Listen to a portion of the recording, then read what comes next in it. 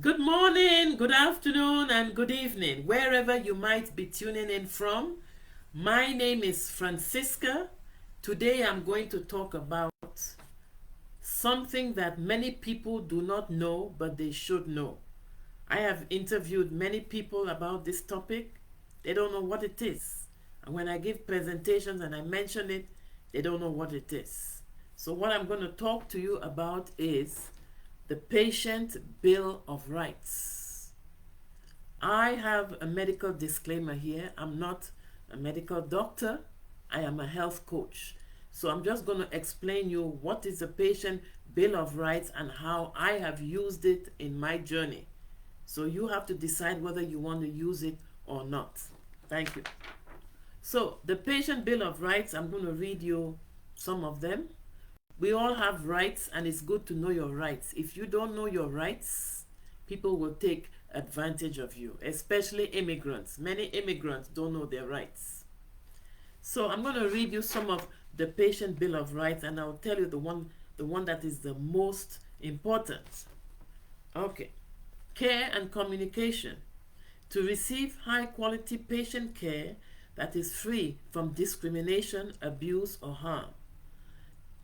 To be treated with compassion and respect, to give input about your plan of care and to get the information you need to make informed decisions, to have your privacy respected, to know the name and role of the members of your healthcare team, to expect that the members of your healthcare team will talk with one another to make sure you get consistent care, to get the right information and education about your diagnosis, treatment, and prognosis in a language you understand, to share your concerns and get answers to your questions, to expect that your advance directives for end-of-life care will be followed, to have visitors unless this interferes with the well-being,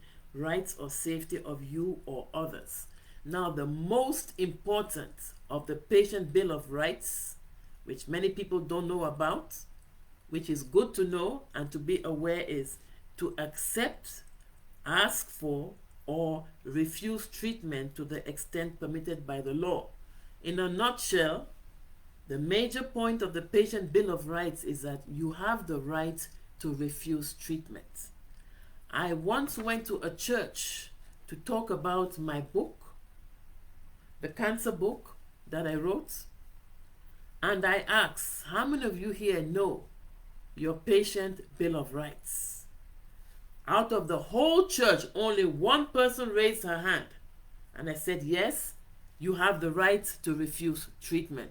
I looked at the pastor to find out if he knows it, and I could see his body language. He was afraid I was going to say something. He put his head down. I read his body language, which says, please don't ask me what it is.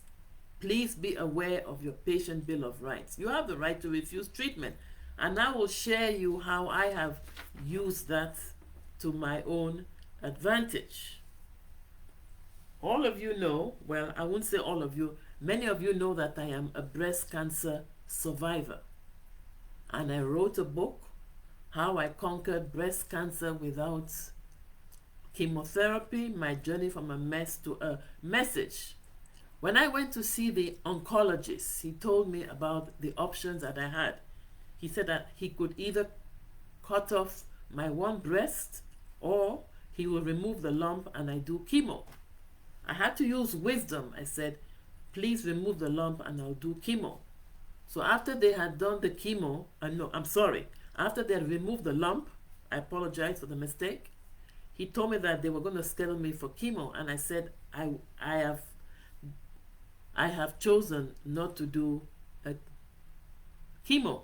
He was kind of upset. He said, I have been an oncologist for 25 years and nobody has ever refused chemotherapy. I told him to take it easy, to relax. I'm just exercising my Patient Bill of Rights.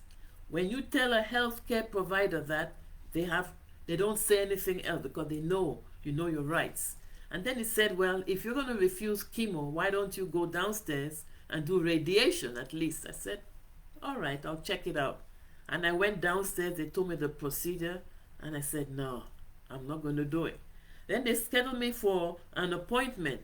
I did not know what it was. So when I called, I said, oh, I noticed I have an appointment. Oh, what is this for? Oh, it's to schedule you for chemotherapy. I said, cancel it. I'm not taking the chemotherapy. So that's one way I exercised my patient bill of rights. A second example of how I exercised my patient bill of rights was when I was in China. I am a former educator. I have taught ESL and French for over 20 years in the United States, China and Canada, from middle school to university levels. So when I was in China, I had a medical situation and they wanted me to do surgery. I was working with 4 doctors at the time. My GP, my general practitioner, my family doctor, my gynecologist, my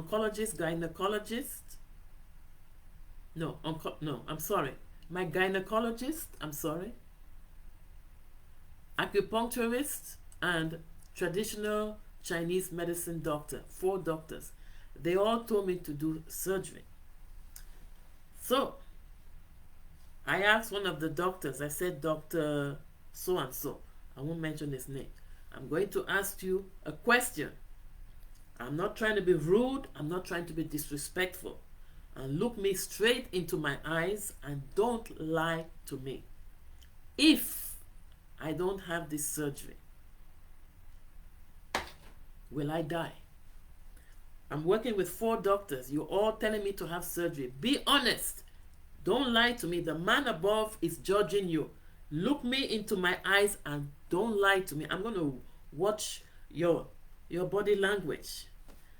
The doctor scratched his head and smiled. He said, no, you won't die. I said, okay, since I'm not going to die, I will wait until I get back to Canada, because I don't think I can do surgery in China. It means that I'm going to be out of work. How will I pay my bills?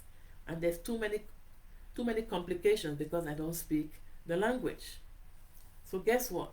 When I finished my year of teaching English in China, I returned to Canada. The first week, I booked an appointment with a well-known international homeopathic naturopathic doctor. He gave me a biofeedback body scan, and the computer read that based on my age, I did not need a hysterectomy. So you see, the 4 doctors were telling me I needed to do surgery. I had to use wisdom. You have to ask the proper questions. All right? I didn't do the surgery. Another example of how I refused to do I refused treatment. After I had refused chemotherapy and radiation, my family doctor asked me to do something else, and I said no. He said, okay, it's your body. I've also refused treatment when he told me one day I needed to use